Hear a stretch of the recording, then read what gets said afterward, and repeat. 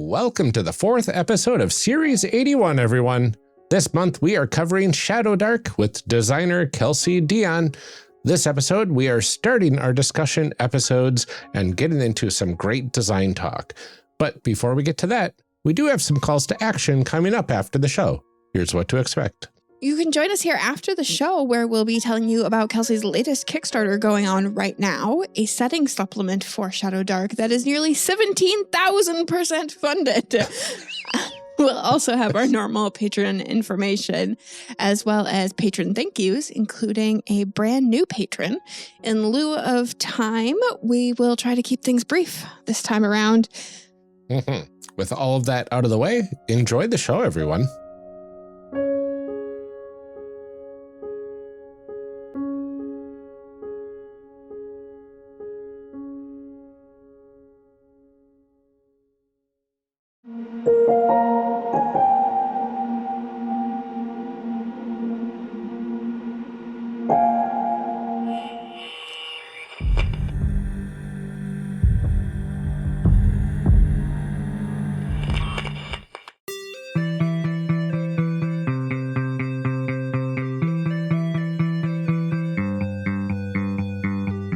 Welcome back to our discussion episodes. Last time we finished our session 0 for our Shadowdark characters. This episode, we'll be discussing the character creation process. We're excited to welcome back Kelsey Dionne, creator of Shadowdark. Do you want to reintroduce yourself for everyone at home? And then please tell us about your character that you made. Yeah, so I'm Kelsey. I'm the creator of Shadowdark RPG, and I run the little publishing company called The Arcane Library. And we made some fun characters on this last go through here. Yes. It's a quite a little trio. We have all made a character short in stature. I made Isolde the dwarf wizard. Rolled her up pretty randomly for the most part, and she is not good at being a wizard, but this is what she's working on in the new year. So she's trying to improve new year, new her you. Weaknesses. Exactly. Live your bliss. Wizard era. Yeah. Yes. I love it so much. This group is, amazing. Speaking of, Ryan, please tell us about your character. My character is Brenna, the dwarf, very well-established priest with a wisdom of 5. Well-established, okay. You know what? Brenna's trying her best because she uses 2 shields and no weapons, and she's got max hit points for first level with 10 hit points and 15 AC, and is just ready to really take as much damage as she can, because that's what you do when you have 2 shields. I love it. Yes. Yeah, you just get up in there. I think she learned those tactics from the cult that she was in initially, so right. Still not sure. I don't think they really liked her that much. I don't know why. Is she still in it, or does she at least think she's still in it? I don't know what. I think she still thinks she's in it, but but she didn't know it was a cult. No, right? She thought it was a self-help group. So, yeah, exactly. So we'll see. We'll see how her massive wisdom gets her out of this. True. Amelia, can you tell us about your super hyper competent character? Yes, absolutely. Rizzo is a goblin fighter. They are scared of the sight of blood. But they have experience as a scout. They've got a javelin, a crossbow, ready to just really dive in. Okay strength, good dexterity. Nothing else going on there. I think Rizzo was really kind of pushed to be a fighter, pushed to join the army. Not really super interested in being here, but we're gonna try. It has 3 hit points, so yeah. The fighter of our group has 3 hit points. The fighter of our group has 3 hit points. I have an AC of 13. So that's not bad. It's not bad. It's not as good as our priest. It's because I have 2 shields. Yeah. I think I am the only character, though, that actually has a class that does at least match my stats. Yes. Yeah. So Yes, I think I I got rolled that going. the stat for the class that matched my actual lowest stat, which is 6. So. Right. Yep. I would like to point out too that this group so charismatic. A max of 9. Yeah, we didn't crack the 10. Max charisma is yeah. So we have decided, in the spirit of things, that poor Rizzo, they are the face of the group with a charisma of 7, the negative 2 modifier. Are we a bunch of Muppets? Are we living in a Muppet world as Muppets? Absolutely. Yeah. Absolutely. I love it. Yeah. Adventurous Muppets. Yeah, I know I'm supposed to be a goblin, but I really am picturing Rizzo the rat. Although I think Rizzo has more charisma, honestly. Yes. That's fair. So, you aspire to the charisma. I aspire to Rizzo that level of charisma. Yeah. Mm-hmm. Yes. We have got a whole lot of audacity and not much else, really. Right. Yes. Absolutely. I love them dearly. I really want to play them. Like, I want to see how badly this goes for us. If we can make it through a session. I don't know if we can. Unlikely bunch. Yeah, exactly. Yeah, but we would be so proud if they did. You That's know? Right. A point of pride. Really surviving. Babies. Well, let's go ahead and dive right into a segment that we are calling a D20 for your thoughts. D20 for your thoughts? So in this segment, we talk to our guests about their thoughts on the character creation process in this game, other games, how it relates to game design, all of that kind of stuff.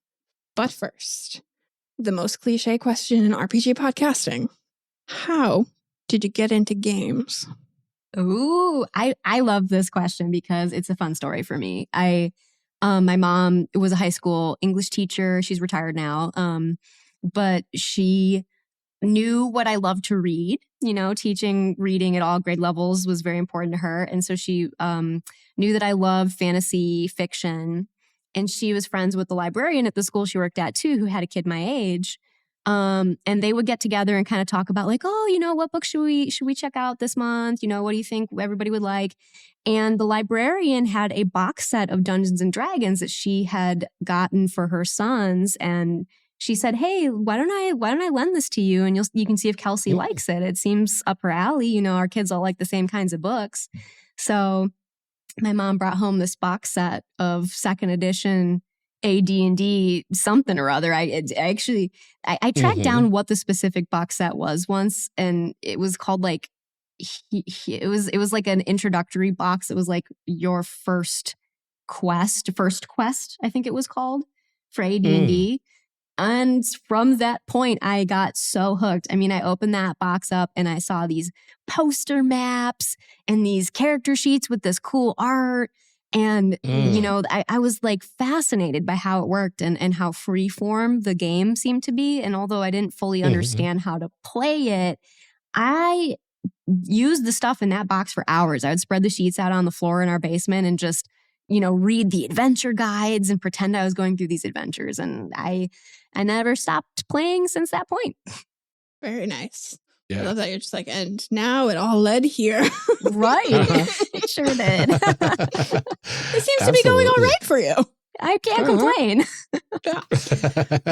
I'm curious how that led into like game design. I know a lot of people like playing games. You just sort of, you get to a point where you're like, well, let's throw in some house rules and stuff like that. But like, you said you'd been writing adventures for a long time.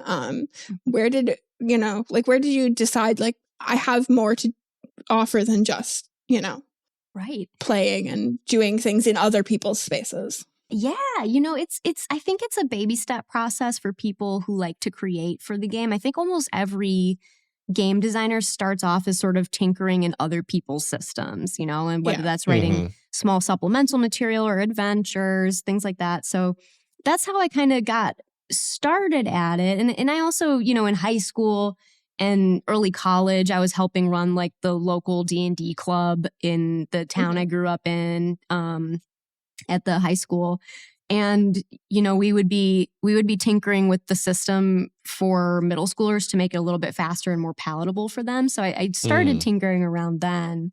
And it just bloomed into me getting more confidence operating outside of the types of things I had done. So like I became very comfortable with adventures, which led me to designing mechanics to make those adventures enhanced. And then I got so confident at designing mechanics that I started to make like larger systems. And it really just grew from there. Working with other already established game designers, writing supplemental material for their products was also another really good way for me to get my leg in the door and start to learn the process. So that all came together over years. Yeah. Cool. Very nice. So what sort of process or mechanic do you really love to see in a character creation system?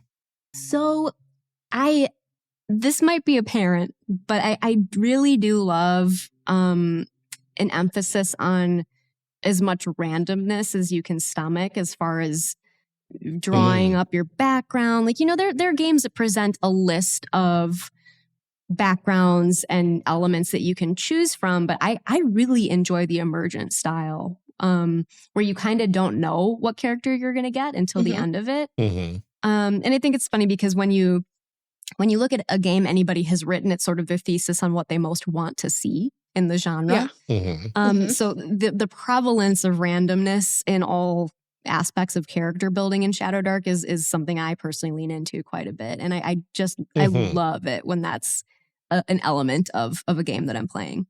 Yeah. I enjoy it a lot because I feel like I end up with something that I never would have picked myself. We talked a little bit about that as we were going through things, that there's a lot of options here that I wouldn't have chosen that. Like I would not have put my charisma at 7. If you said like distribute your stats, that's where the 14 would have been. But it challenges you. And I think that, there's definitely something to be said for both options of like going through and being like, I have something that I really want to play that, I want to optimize it this way. This is the story that I'm interested in telling and that kind of stuff.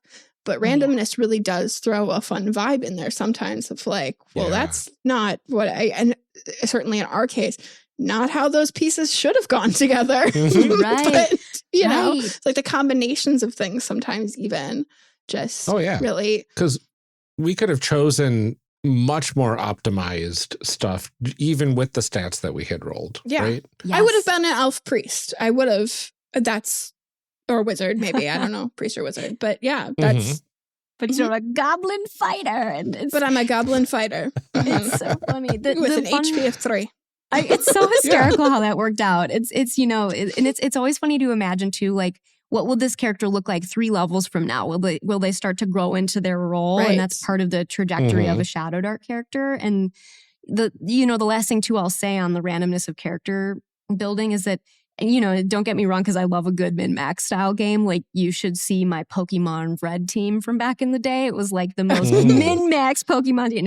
I love that kind of game. It scratches a very different itch. It does. And it's kind of nice. Like, I've also found too that games that allow you to, or that encourage you to make optimized selections, in some way it becomes like you almost are not living up to your best potential if you don't choose to engage in that grind. And there's a point where it's like, this is really the only option you can play. Like if you're gonna, like or you feel should kind try. of cornered into that of, like if I don't do this, then I'm wasting something. Exactly. And like when the game rules give you permission to do away with that and to not feel like you failed as a player because you didn't optimize your character, I really relish that chance to not have to be perfect, because in this game you cannot choose to be perfect. You are forced to have weaknesses. So I like that.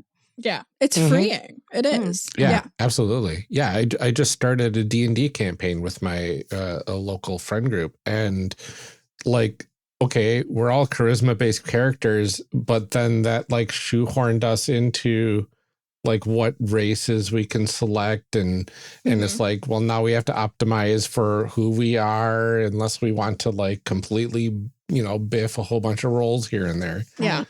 Right. Yeah. It really shoehorns you into the spots that you have to choose. And it's like, well, now I have 2 options instead of 20. Right. Yeah. Right. So different styles allow you to do away with that depending on how you're feeling, or lean into it if you feel like making a super maxed out character that day, which who doesn't? Sometimes that's really fun. Yeah. My brother was recently texting me. He started a new D&D game as a player for like the first time in a while. And he was texting me. He's like, I just rolled and like my stats are amazing. And I think I might re-roll them because that's boring. Oh my goodness. He's ascended. I was like, you've made me so proud. I have nothing left to teach you. He's like, yeah, I don't know. It just doesn't feel right. I'm going to redo it. And I was like, good for you. Good for you. Be like, I cheated on my stats. I made them worse than what they were supposed to be. Yeah, she's like, I think I'm just gonna roll a new character because I don't know. I'm like, that is truly next level. I love that for you. Yes. Great. Why do I keep on rolling 18 for all of my stats? Boring 18s. I know. Yeah. Nobody's I think he gonna said like his lowest was like a 13 or something maybe. And I was like, wow. Yeah, like That's it was a streak. insanely good. I was like, Yeah. he was like, I'm gonna try again. All right. Perfection. Yeah. Sometimes that is fun. Mhm. One of the things that we talk about a lot on the show is the character sheets and the layout, because a lot of times the character sheet is the first interaction people have with the game. I want to talk about the layout of the book too, because you have some award-winning layout here. But to start with the character sheet, what kind of things were you thinking about when you made that, like certain things being front and center, that kind of stuff? And then when we talk about like the layout of the book, I'm really curious. We'll come back to that because that's like a whole other question. So I guess we'll start with the character sheet. Ryan, make this sound coherent.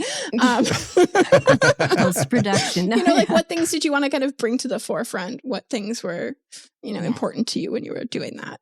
Yes, well, that's a really insightful question, because the character sheet itself, one of the big things about it was I wanted to present these 6 classic D&D stats immediately. Like that's the first thing that your eye goes to, because I'm trying to let people know that this game is in the lineage of old school Dungeons and Dragons style games. And when people see, the 6 stats that I recognize, that's one of the biggest tells. And I think it immediately frames your mindset about how you're going to be approaching this character build.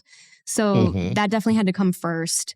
So of course, some of the challenge of the character sheet is trying to just get it all to fit on one page. That's an art form unto itself.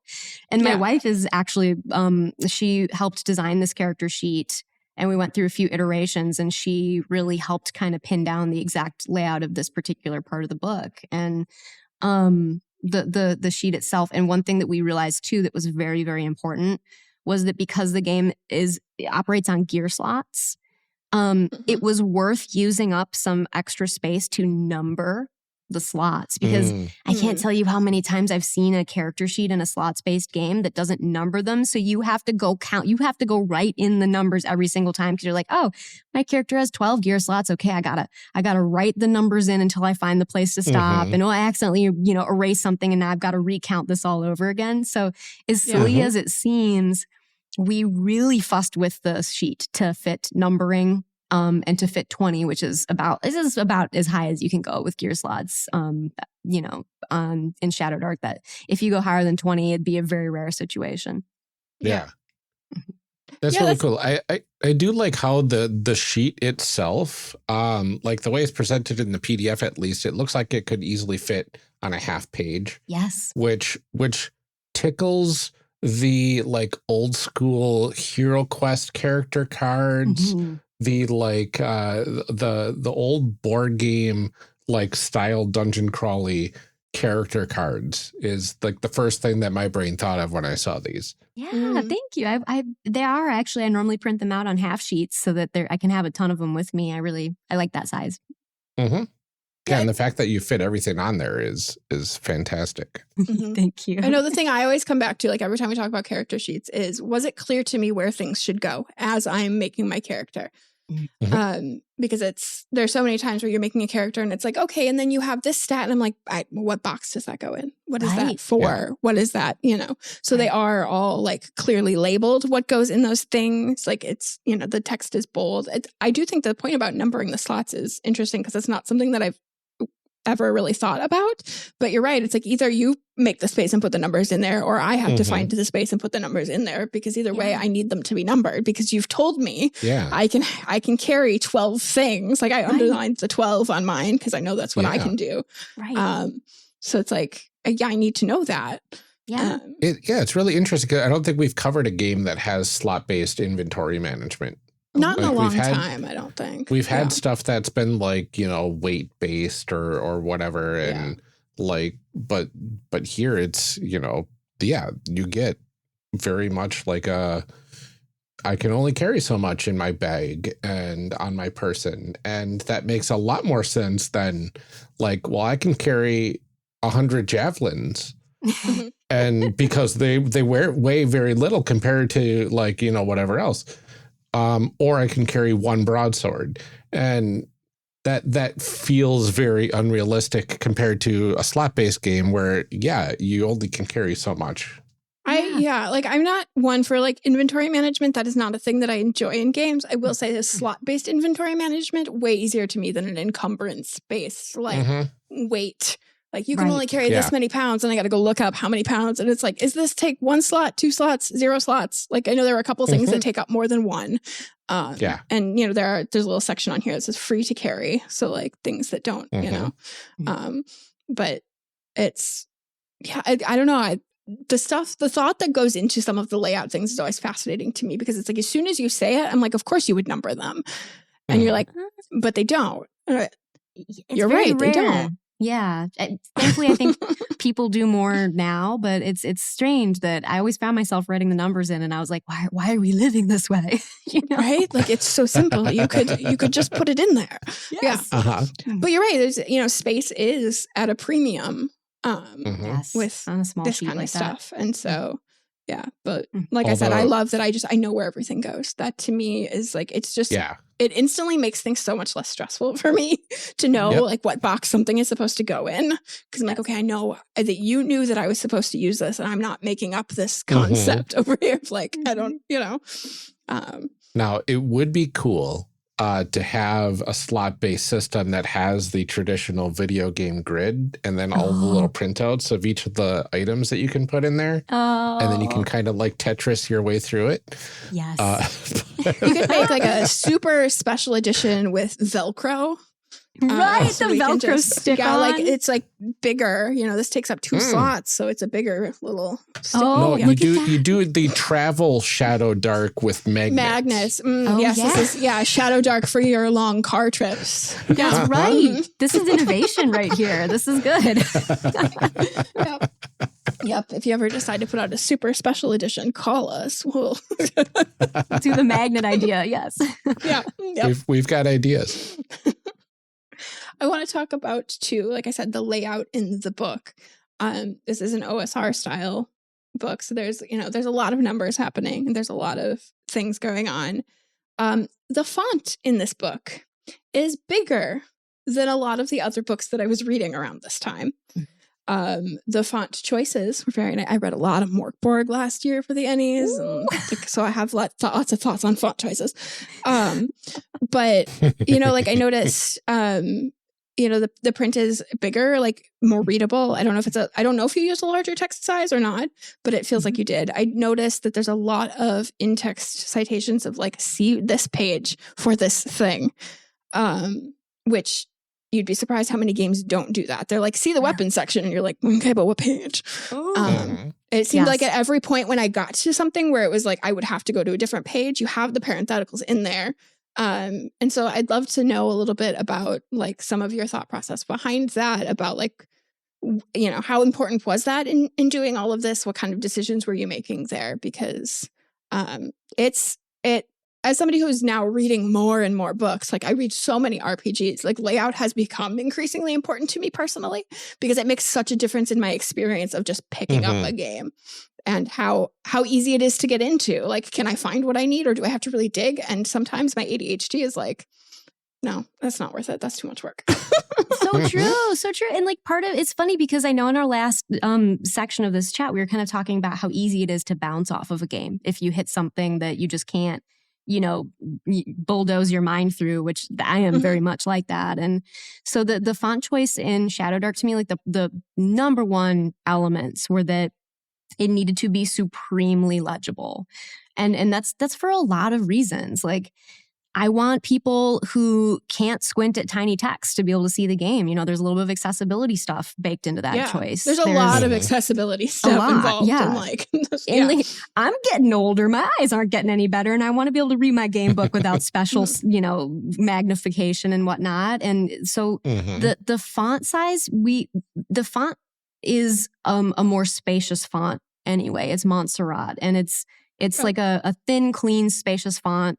And I actually increased the spacing between the lines slightly so that they don't stick together, though, ever so slightly, because it made it a lot breezier to read and it made your eye not strain to follow the text. And so I did so many iterations of how that font and spacing combo would look for breeziness. And we went through so many versions of it until I found one that I was like, this matches what I need, giving me enough space to write, but making your eye kind of cascade down the page effortlessly. And, I think people laugh. They're like, oh, the font is so big on this. And I'm like, a lot went into these decisions that I think. No, but it made such a difference too, because you look at it and it is a big book. And so I think there's a tendency to, look at that. And I was like, oh boy, okay, here we go. How dense. But it's not, because it is a bigger font. It is, and I will say one thing I really like too is just the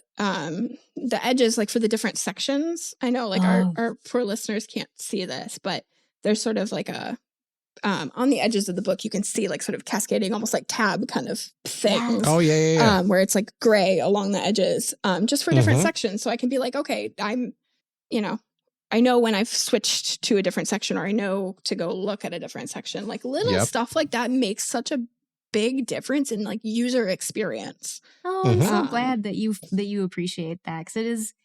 I was trying to write a book that I want to use at the table, and that's even why it's a smaller size. I'm a smaller person, and I can't hold up a giant book in one hand and run a game while rolling my dice on a roll table. So it's every the thumb tabs down the side, the font, all of that was trying to make it eminently usable on the fly at the table, because that's really how a lot of us run our games. Ultimately, you're trying to improvise your way through situations, and you need something that's going to help you instead of hinder you with that. Yeah. It's interesting too, because I instantly also get like old school board game instruction manual vibes from it too, just by looking at a few pages. Obviously it's bigger than one of those games, but it gives those same original like 1980s vibes to it, which is really cool when you're trying to regain the magic of OSR with this rule set. Yeah, that was like trying to make the build quality, the material of the book, to feel kind of like an old D&D book. There were numerous choices that went into that too, like even the intensity of the color of black that we were using in the art was a factor. We decided not to put gloss on the pages because old D&D books were writable wood-free paper, and so we wanted that too, because have you ever, it's so fun to get an old D&D book and open it up and see a 12-year-old's margin notes written on there. So I want to make the pages able to be written on and to have the same tactile feel as old school D&D books. And so, it was trying to evoke an overall vibe of old school. And I think especially the material quality does a lot more heavy lifting than one might at first realize for that. So I'm happy about that. Yeah, there's another thing that I've noticed like over my years of doing this and like reading a lot of books too, is that like I've started to like have a preference for like whether pages are glossy or not, or like the size of the weight font and of the paper that you're turning can matter. Yeah, it makes a difference. And increasingly I think a lot of people are using PDFs and things like that. So I know that for some people that'll never come up. The font size thing isn't as big of a deal when you can just sort of increase the size of the page, but then it must be hyperlinked. The PDF, exactly. The PDF has to have the usability features too, and so that was also crucial. Like every page reference is a clickable link in the book, and there's a robust table of contents that's nested, that's got all the titles of everything. So that was also making a PDF like that also takes some crazy antics in InDesign to get it to do what you want. And that was a huge factor. I was like, this PDF has to be completely interlinked and clickable. Mm-hmm. Yeah. Yeah. I mean, you can tell there was a lot of care put into it. Yeah, definitely. I think, sort of more indie games too. Like sometimes that is hard when you're like one person working on a game by yourself, like you don't have the time or the ability or the software or whatever to do all of those things sometimes. Right. But just, things that I think, we as consumers oftentimes don't even think about, that it's like, I've picked up this book, this is what it is. And like all of those little thoughts that go into things that, really do change the experience and enhance the experience for people as they're playing. I appreciate that you all appreciated those factors because they're subtle, but I am so grateful that you noticed and liked those. Yes. Yeah. It made a difference for me, especially as I was reading all of this stuff. Like I said, like the bigger font size just made such a difference in my brain that I was like, this is so much easier, even though like it's the same number of pages as lots of other books that I've read, or even, as it followed, smaller font size would have been less pages. And but my brain was like, oh, this is easy because it's big. There's something in my brain that's like, this isn't hard to read. So like, look how big this font is. I'll be through it in no time. You can read it just like that. And then it's the funny flip side to that is to get what I wanted to convey to fit in that 2-page spread was some of the most challenging writing I've ever done. It is so hard to write succinctly and to keep something within a very limited word count. And so that was the hardest part about the layout of this book was I actually ended up, instead of writing a draft of the book in a separate document, I wrote directly into the layout because that was the only way to, and I would say in at least 80% of the spreads in that book, what was going to fit in the columns came down to 1 or 2 letters. It was so tight, the layout. So choosing so much of it is like tables and stuff too. And it's like, you can't use 2 lines on the table, because it's like that really messes up the whole flow of things. Yes. But like, yeah. Oh, so it was quite every page, every single spread in that book is meticulously Can I get away without handmade. this comma? Will it be okay? Exactly. Do you still understand it? Exactly. Like, what word can I choose that means the same thing and conveys what I'm trying to say, but is 1 letter shorter? Like that was every spread in the book had decisions at that level that were, I think I sweat blood a couple of times, but we got through it. Yeah. The programming nerd in me says it's the assembly language of RPG writing. Yes. Yes. I got you. I see what you're saying. Yeah. I'm over here like, sure, if that makes sense to you. I'm like, the letters are big. Yes. Yes. They got to fit. Everything has to fit. Yep. Awesome. So how do we think character creation for Shadowdark stacks up to other systems that we've played and created characters for? So for me, this is like something that I've mentioned multiple times over the course of this, is that like I am not an OSR person. Like it's usually like feels crunchy and clunky and like there's numbers and, like adding this and like so many, it doesn't feel like that, but it does.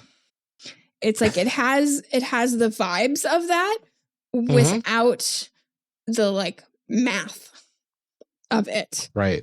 It's like even when we're just dealing with modifiers and things like that, it's like we're only doing like +1, +2. Like I didn't get +1 from this and +1 from that and +1 from this, and like because it's starting at level 1, and it's like I have like 2 talents.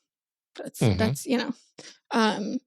so it felt clean and simple while still feeling like it had the vibe of OSR, where the stats really are the key features. Like it's not a narrative start.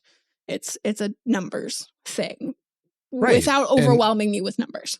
Yeah. It's like the a game that embodies the original like D&D feel from someone that never saw or played the original D&D and wanted to make a game that was simple following that rule set. Ooh, yeah.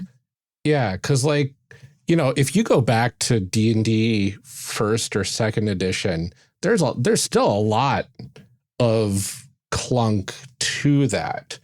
But like Nostalgia Brain doesn't care about that. Nostalgia Brain says, oh yeah, I had these 6 stats and they added bonuses. Right. So that's all you need. Right. And it hits that nostalgia standpoint without going into the super nitty gritty, like walls up, I don't want to do math mentality, which is it took fantastic. the important part that like you need to feel to have that memory and like the nostalgia vibe without bogging it down with like, well, actually they would have also done this and this and you know, like when you get into like historical fiction and people are like, well, actually they wouldn't have done that, they would have done this and this and this, and you're like, but I just want the vibes, and like I want the pretty outfits that they would have worn, and I don't care if these ones have zippers, you know, like that's sort of what I'm feeling here is like we got the vibe of the time and place and everything, but also we understand that it's okay to have running water too. Like, you know. Yeah. I love that analogy. Yeah. Mm-hmm. I'm glad that landed for you guys, because it is like you're trying to align with some of the things that are so baked into the soul of the game that to change them would almost be like, you know, could we change these and make this game in some ways more tightly designed? Yes. Like 3d6 to decide your stats is not an efficient or balanced way to roll stats. But it was the effort of choosing what to keep and what could be pared back without people noticing a fidelity loss and nostalgia was a really interesting juggling act with this game. And so I'm so glad to hear that we're pretty successful in keeping the feeling of nostalgia while greatly paring down the silly math things that you had. So much. It feels like so much less to keep track of that I can enjoy the parts of OSR that I think are what people. Because I'm not an OSR person. I don't come from that. Like, but like I can get the sense of like what it is that people liked about it. Yeah. Without like having to know all of the all of those little pieces without getting bogged down and stuck and like it's beginner friendly enough that you're not like, well, okay, you need to read these 10 other like, things before you can get going and really enjoy the process. It's like, no, this is where the fun is. It feels like you like found where the fun is and you're like, let's just do the fun part though. Thank you. Which is, I mean, is tough to do with something with such a long history and such a plethora of, like versions and options and ideas and like culture around it too. It's absolutely, there's a lot of culture that everything you're doing, you're like, am I preserving the spirit of what people love about this game and the nostalgia of it? Am I working to preserve that? And at the same time, I think that very early editions of D&D were a little bit of a like walled garden where you had to go through the gauntlet to prove that you cared enough to unpick all of the crazy math and interactions in order to play. And it was kind of a rite of passage. And I think that where we are in this day and age, that rite of passage is not useful or necessary for the enjoyment of the game. And in fact, it actually pushes people away from the game. So, we had to, unweave all of that buried I'm not going to let you in until you figure out this bizarre math interaction stuff like that. That didn't really serve a purpose in Shadowdark, so it's not there. Yeah, I'm curious, like, how do you weed through all of that? Because like, obviously, this is something that like you've been like a world that you've been playing in for a long time. But like, how do you weed through like what is necessary to maintain the essence and what isn't serving me? And I'm curious too, because it's like obviously you're putting something out in the world. Like, what has that kind of feedback been? Because we know that like there's a very vocal OSR population out there too, of like, how do you decide like what feedback is, like who gets to decide what is the essence and like all of that kind of stuff too.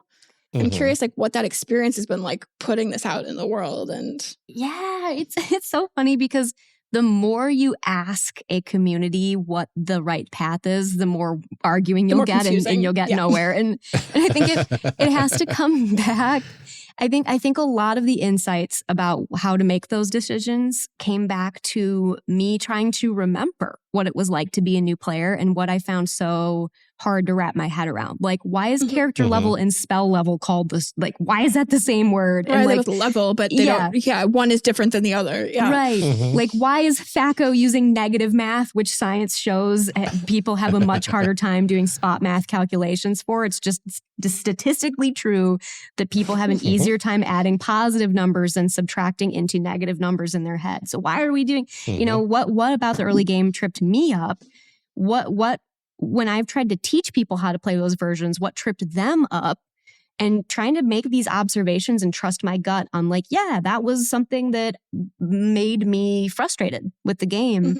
What can I do to change this? So it's a lot of self-reflection and observation of other players and trying to collect a common experience. Like, have you all ever gotten stuck on like something as simple as like, why are spell levels and character levels the same? Like, how am I going to explain this to somebody who has no idea why this decision was made? You know? Yeah, it's that kind of thing. Yeah. So like, were there certain things that you were like, for me personally, like going into it that you were like, this has to change. This has to like, was there like? Yes. I think that, I think that the notion that like in old school games, the idea that accumulating gold and treasure is what advances your character, is what gives you experience points. That's an overall concept that is from the old school. But the way that it works in old school D&D is something that I personally had no fun with, which is you have to total thousands and tens of thousands of gold pieces because the experience point scale in old school D&D is at the thousands level. And I was like, why? Like, why am I doing like a 6-digit carry and add every time I'm totaling my experience points? So I was like, I'm going to keep the idea that questing for treasure is what advances you, but I'm going to reduce down the game's economy and experience point systems into single digits. Experience points, we can move a couple decimal points. And You don't get 1,000 experience points from this. You get 1. And you know exactly how many you need to advance to the next level because it's your level times 10. So that went from me after every session spending 15 minutes trying to calculate where the heck I was on the progression level to being like instantaneous feedback. I know how much I have, how much I need, and I can add it all up in 3 seconds because it's single digits. Yeah. Absolutely. Yeah. Like little mental things that like you were probably like doing in your head anyway. Yeah. But right. Yeah. Just trying to make that easier and less friction. Yeah. Yeah.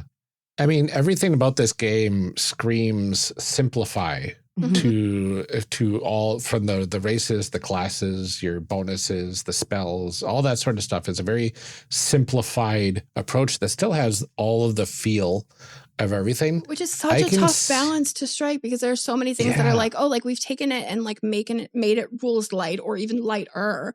And you don't maintain the essence of it because at its core, like OSR is kind of crunchy. Yes. It's meant to be. Like you are meant to have to add and subtract and keep track of things. And it feels like simulated crunch in this respect, right? That's a cool way to genre name it. Yeah. Yeah, it's like crunch light, I guess. I don't know. It's there. The crunch is hidden behind the system that presents the crunch as a more high level overview of it. Which is really interesting because I can easily see, since the races or the ancestries and the classes are so simplified, it feels like you or somebody would be able to like hack the game and create new ancestries, create new classes that would slot in perfectly balanced without having to be like, well, okay, what's my level 17 ability? What's my level 14 ability? This is going to cancel out something else later on because we did. Because it's like everything is quick, clean, only OP? Changes one thing. So it's like, okay. Yeah. Like I just want a ranger with a pet. I don't want a warlock with a patron, all that sort of stuff. Let me just add a couple different things. Let me take this existing class and, whatever. It's a lot easier to throw new content into a system like this than something like D&D or whatnot. Yeah. Right. I think it's more resilient against breaking when you don't have these complex, of course the systems are interconnected deeply in Shadowdark, but there's actually advice in the book. There's one page about how not to break the game because these are the core pillars of the game. And it only takes 1 page. Oh, yeah. And it's like, you know, if you want Shadowdark to feel like Shadowdark, don't give anything dark vision or a permanent light source they can take down into a dungeon. So there's these just like cautionary pillars about how the game works. And I don't try to hide that behind the math of the game or, you know, in the 17th level class upgrade that the fighter gets if they're also, you know, in this subclass. So it's just trying to be so transparent and so resilient to breaking. And that's, I think, partly why we have a really wonderful, flourishing third-party community, and it's fun for them to make like ancestries and classes and do it kind of without having to fear they're totally trampling on the game, you know? Yeah. Yeah, I feel like the transparency of that kind of stuff of like, here's what makes the game work is like, is helpful for that sort of third party thing. I think it's helpful for people at the table to be like, you know, you come across this situation that, you know, your players are in this situation and you're like, how can I resolve this without breaking anything? And it's like, well, I know that as long as I don't touch this or this, we'll be good. We can choose to solve it this way, you know? And I think being upfront about that makes it more fun for everybody. I know sometimes you know, when you're creating something, you're like, well, I don't want to just like put it all out there and be like, here's where my idea, you know? But it really does make it easier for people to interact with, knowing like, okay, this is what the heart of it is, as long as I, you know, play within those bounds. You know, we talked before about like, you know, like where is the fun of this? Like, what is this game supposed to do? And then what does it do to make sure that I do that? To make sure that like, and it's interesting because like I didn't think, okay, well, torches, sure. I never use torches in my RPGs at all because there's always something. There's like, you could get a lantern on the way or just everybody's got dark vision except for the poor human or whatever, right?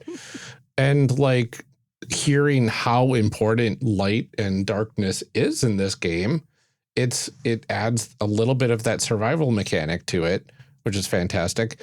But the name of the game is 2 different versions of darkness. Like maybe torches will be important. We could have been clued in from early on if we'd thought it through.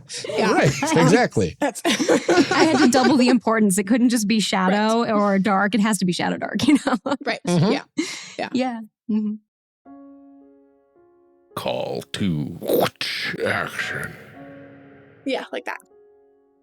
I know that I have not been here for the cold opens for the last few, so I haven't gotten to say it, but I'm so thrilled we got to cover Shadowdark. Like I've been very, very excited about it since I read it. I found like my little notebook where I made some notes about it during Annie's reading, and I was just like, why do I like this? I shouldn't like this, like, because it's a very like, you know, sort of OSR kind of dungeon crawl kind of thing, and it was just like, it really is. There's something about this that I'm just really into. And it was so much fun. It was so much fun. Like, our poor characters. Our poor characters. I can't wait for people to hear the fanfic. The massive amount of competence that our characters have. Second to none. They're so competent, honestly. They're competent, just not in the things that they're supposed to be competent in. Right. You know, and I think we all have times like that in our lives where it's like, I'm good at things, just not the things that anyone is asking me to do right now. Exactly. You know, you got to live your bliss sometimes, and sometimes your bliss is doing something that you're not good at. Right. It's just talking to people, which we were all excellent at, honestly. Exactly. It's fine. We really loved talking to people. I don't know if people loved talking to us. Yeah. Our characters are... But it's not about them, is it? No, it really isn't. It's our story. That's the whole point of role playing. Yeah. So therefore... Character creation cast. It's about us. Exactly. If we can't play the people that are you. The main characters, then what are we even doing here? Yeah. Excellent. Well, before we let you go for the day, we do have some calls to action. First up, have you seen the new Kickstarter for Shadowdark's official campaign setting called The Western Reaches? For the next 2 weeks, you can get into this campaign by going to the link in our show notes. They're sitting at nearly 1.7 million out of their 10K goal. So obviously they could use a little help. Right now, just really getting out. Got to get to that 1.8 stretch goal at this point. Honestly, we're all working toward it. Congratulations, Kelsey and company. It is a fantastic achievement. This is a fantastic game. I need to go back it. I have not backed Kickstarters in a while, but this one I will be because they got some really nice upper tiers with some beautiful slipcases and gold trim on the books. I know, and I have like the special edition book. I know, but they got a brand new special edition book coming out with better paper and better quality things. And I know it's unfortunate. I should stop talking. Please also fall into this trap by going to the link in our show notes. Absolutely. Well, if you haven't checked out our Patreon or Discord yet, please do. We would love to do more for the community and for the show itself. But in order to do that, we do need either time or money.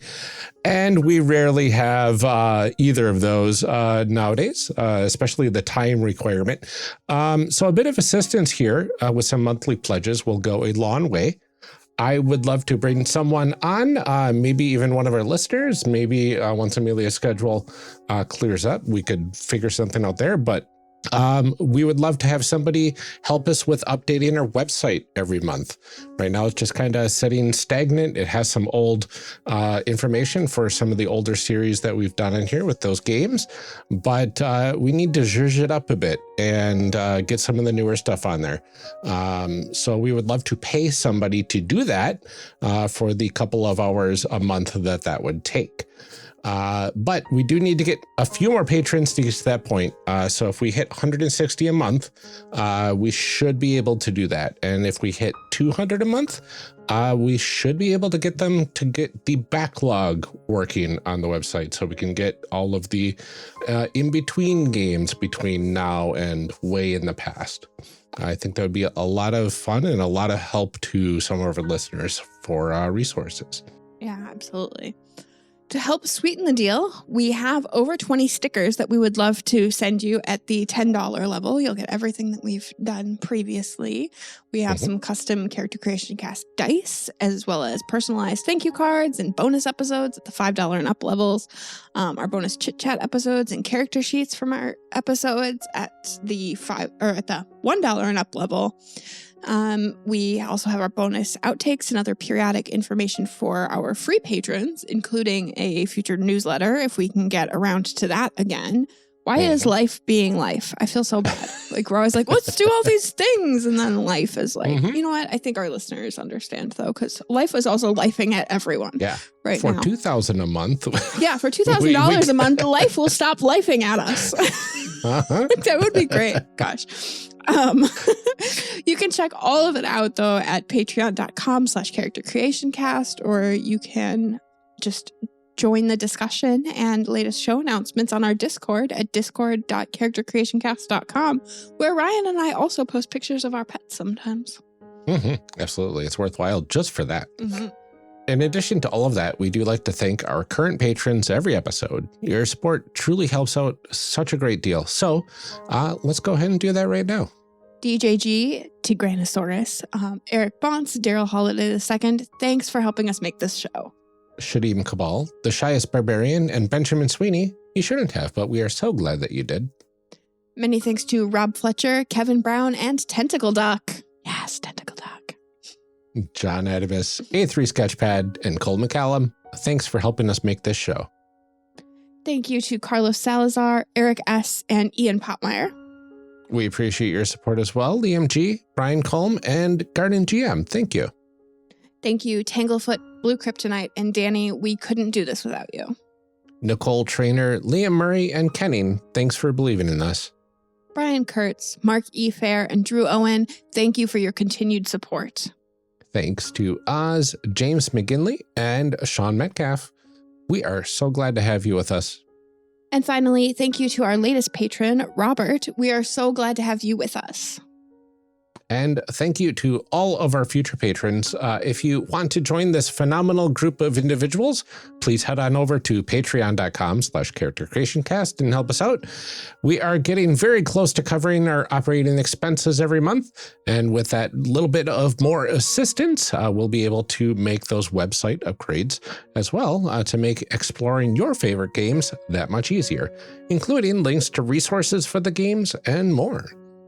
That's all we have for today's episode. You can join us here next week when we'll be finishing up the discussion series with designer Kelsey Dionne. Until then, take care, everyone. Stay safe, drink some water, find some time and have life stop lifing at you, and keep making those amazing people. We'll see you next time.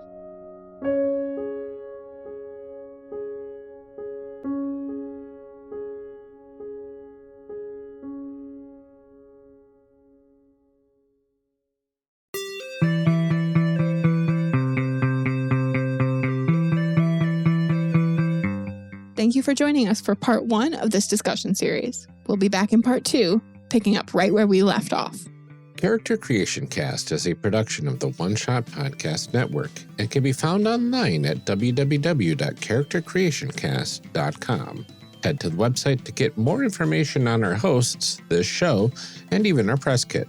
Character Creation Cast can also be found on Twitter and Blue Sky at CreationCast, or on our Discord server at discord.charactercreationcast.com.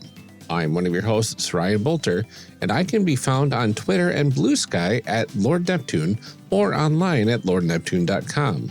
Our other host, Amelia Antrim, can be found on Twitter and Blue Sky at Ginger Reckoning. Music for this episode is used with a Creative Commons license or with permission from the podcast they originated from. Further information can be found within the show notes. Our main theme music is Hero Remix by Steve Combs and is used with a Creative Commons license. This podcast is owned by us under Creative Commons. This episode was edited by Ryan Bolter. Further information for the game systems used and today's guests can also be found in the show notes. If you'd like to support our show, find us on Patreon.